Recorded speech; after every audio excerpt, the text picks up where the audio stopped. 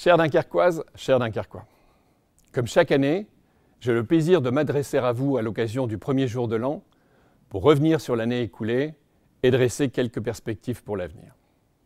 C'est un moment particulier où nous regardons tous dans le rétroviseur pour mieux nous projeter dans les mois qui viennent.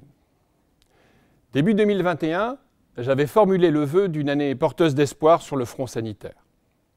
Après un premier trimestre particulièrement éprouvant, durant lequel nos soignants ont fait preuve d'une mobilisation sans faille et d'un professionnalisme exemplaire, nous avons pu commencer à retrouver une vie presque normale à partir du printemps grâce à la campagne de vaccination.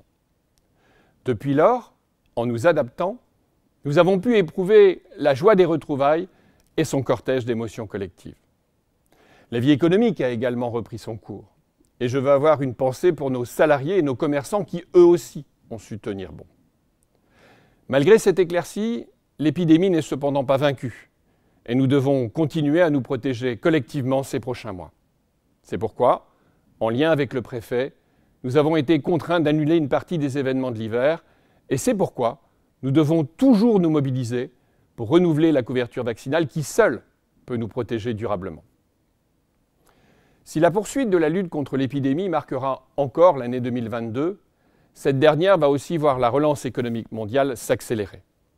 Et les mutations que cette relance va engendrer placent notre agglomération à un moment charnière de son histoire. À un moment où la modernisation de notre territoire va devenir un impératif pour faire de l'avenir une opportunité. C'est la raison pour laquelle j'ai proposé au Conseil communautaire l'adoption d'un grand plan d'investissement d'avenir avec 3 objectifs clairs. D'abord, poursuivre la transformation de notre économie. De par ses caractéristiques, notre bassin industriel-portuaire sera au cœur des transitions du XXIe siècle. En le plaçant à l'avant-garde de la lutte contre le changement climatique, notre ambition est de créer ici les emplois de demain, tout en améliorant la qualité de l'air. Ici même, dans le Digital Lab où je me trouve, ArcelorMittal et ses partenaires inventent la sidérurgie sans charbon.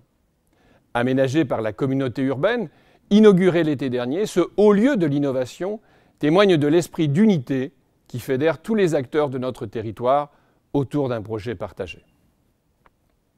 Ensuite, nous devons continuer à investir pour rendre notre agglomération toujours plus attractive.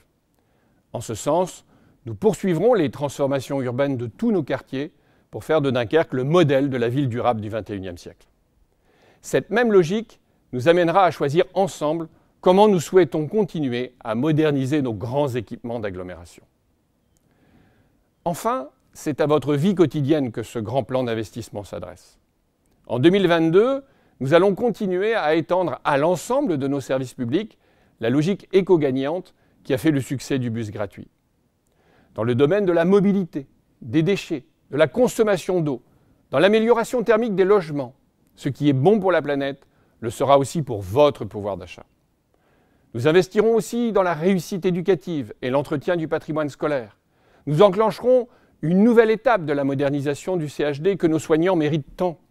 Nous construirons un nouveau centre de valorisation des déchets. Nous améliorerons encore le réseau de bus gratuits et le transport à la demande. Vous l'avez compris, nous sommes à un moment clé de notre histoire commune. Et il nous faut nous hisser à la hauteur des pionniers qui, voilà 50 ans, ont façonné notre communauté urbaine. Cette transformation, nous la réussirons ensemble, conscients que nous pouvons désormais regarder l'avenir avec confiance. À chacune et chacun d'entre vous, je souhaite une excellente année 2022.